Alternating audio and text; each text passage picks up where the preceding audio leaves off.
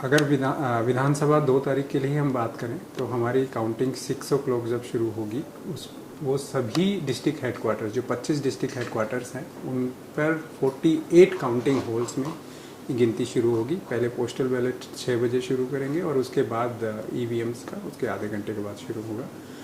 28 observers हैं जो election commission ने निर्धारित किए हैं जो सभी डिस्ट्रिक्ट हेडक्वार्टर्स में होंगे। इसके अलावा micro observers around more than 500 से ज़्यादा माइक्रो ऑब्जर्वर्स होंगे और बड़ी संख्या में पूरे इस डिस्ट्रिक्ट हेडक्वार्टर में काउंटिंग ऑफिशियल्स काउंटिंग हॉल में उपस्थित होंगे। जैसे मैंने बताया 48 काउंटिंग सेंटर्स काउंटिंग हॉल्स होंगे और ये सेंटर्स होंगे सभी डिस्ट्रिक्ट 25 हेडक्वार्टर्स में। 3 लेयर्स सिक्योरिटी अरेंजमेंट्स होंगे। सीआरपीएफ का जो फर्स्ट लेयर है उसके बाद आईआरबीएन हमारे जो स्टेट फोर्सेस हैं वो बाद में अपना सिक्योरिटी को देखेगी।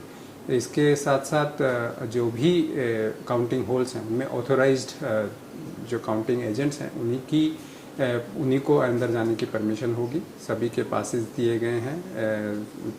मोबाइल और अदर इक्विपमेंट्स को प्रोहिबिटेड किया गया है और डीओ और एसपी सभी डिस्ट्रिक्ट हेडक्वार्टर्स में इंचार्ज होंगे जो अपने अपने आरओज के साथ और पॉलिटिकल पार्टीज़ के साथ जब एक फेमिलराइजेशन मीटिंग जो हुई उसके आधार पर यही निर्णय लिया गया कि हर जगह पर सिक्योरिटी को ध्यान में रखते हुए जो हमारे सपोर्टर्स हैं उनके लिए एक अलग जगह निर्धारित की जाए, मीडिया के लिए अलग जगह सेंटर्स बनाए जाएं और जो भी ऑथराइज्ड एजेंट्स हैं उनको भी अलग से उनकी एंट्री और एग्जिट होगी।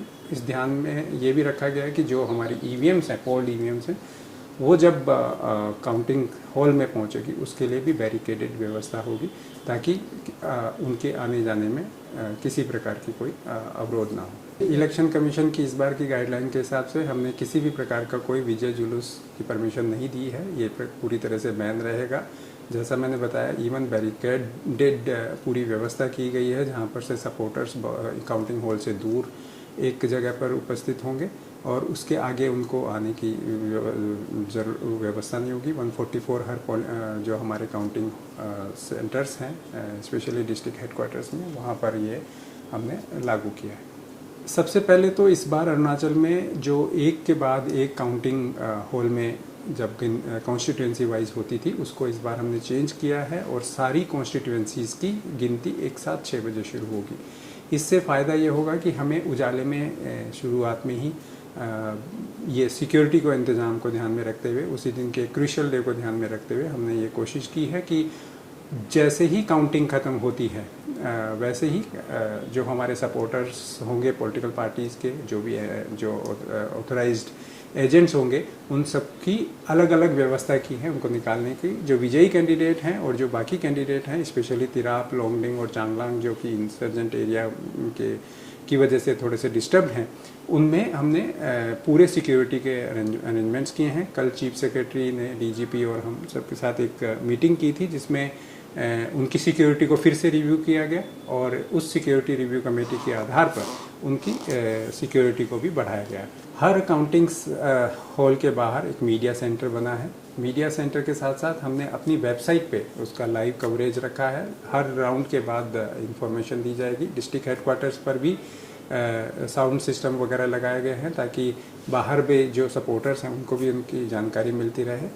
जो लोकल टीवी न्यूज़ चैनल्स हैं उनसे भी ये रिक्वेस्ट की गई है कि जैसे जैसे राउंड्स की इंफॉर्मेशन मिलती है वो भी पूरी जनता तक दें। इसके साथ साथ अब तो हमारी जो वेबसाइट है उस पर भी हमने किया कि अगर एक व्यक्ति अपने व्यवसाय में भी घर में बैठे हुए भी अपने मोबाइल से उस राउंड वाइज डिटेल्स प्राप्त कर सकता है, देख सकता है। इसके साथ साथ इलेक्शन कमीशन की जो वेबसाइट है उस पर भी हम लोग तुरंत राउंड वाइज डिटेल्स भेजते रहेंगे, ट्रांसक्रिप्ट करेंगे जो कि पूरे देश भर में लाइव देखा जा सकता है। पहले ये काउंटिंग जैसे मैंने देखा पिछले कॉन्स्टिट्यूएंसीज़ के रिजल्ट को ध्यान रखते हुए तो पूरा दिन भर और कई जगह पे रात और अगले दिन तक भी चली है। लेकिन इस बार हमारी कोशिश ये रहेगी कि दोपहर ख़त्म होने से पहले पहले यानी 12 बजे से पहले पहले हमारे सारे रिजल्ट्स बाहर होंगे। ऐसी हम कोशिश पूरी करेंगे। 4th को 8 बजे हमारी काउंटिंग शुरू होगी लोकसभा इलेक्शन के लिए। हमारे यहाँ पे 2 कॉन्स्टिट्यूएंसीज़ हैं और तेजू और आलो दोनों ही वेस्ट और ईस्ट कॉन्स्टिट्यूंसीज जो हमारी पार्लियामेंट्री कॉन्स्टिट्यूंसी है उसके आरओ हैं, जो डीओ अभी दोनों हैं।